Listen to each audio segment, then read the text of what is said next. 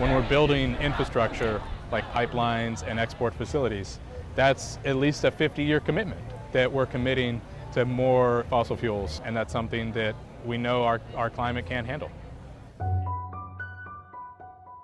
When it comes to liquefied natural gas exports, the gas industry loves to talk about tax revenue and temporary construction jobs.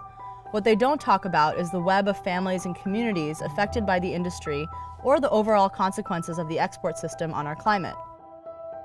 From air and water pollution in fracking communities, to the leaks and emissions in pipelines and gas compressor stations, to the energy-intensive liquefaction and transport of LNG around the world, exporting our fracked gas to foreign markets is no better, and likely even worse, for the climate than coal.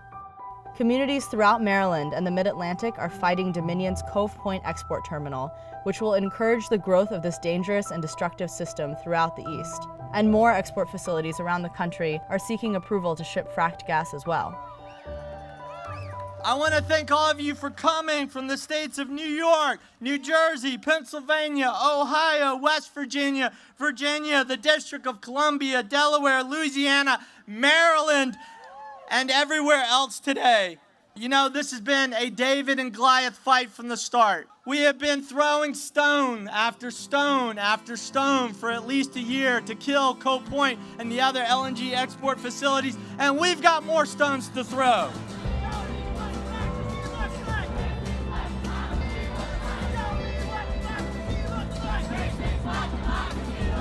I live in what you call a sacrifice zone in South Louisiana. There's really no way to transport this stuff, to produce this stuff, without the possibility of having some kind of accident, some sort of issue. There will be pollution if Cove Point goes through. I can guarantee it. And we New Yorkers against fracking pledge our support, our assistance, and our solidarity with our brothers and sisters in Maryland who are fighting the LNG terminal in Cove Point. Our destinies are intertwined. Our success depends on yours. See, that's the thing, is they want to talk about projects and money, but this is about life.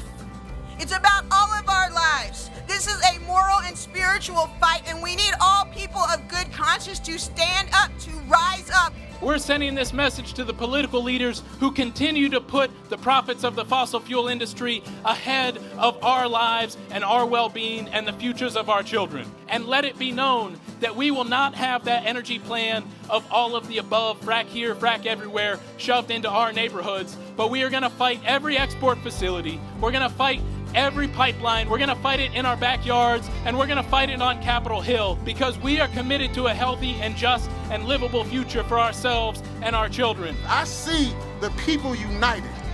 I see us coming together in this country, around the world, to say no to fossil fuels and say yes to clean energy. What I see is the true Goliath right now. Y'all are my inspiration. Thousands of people believing in something. Thousands of people not afraid to show that they believe in something. You let me know that I'm not alone in this fight, and that none of us are alone in this fight. Let's stop fracked gas exports together. Yes. Thank you.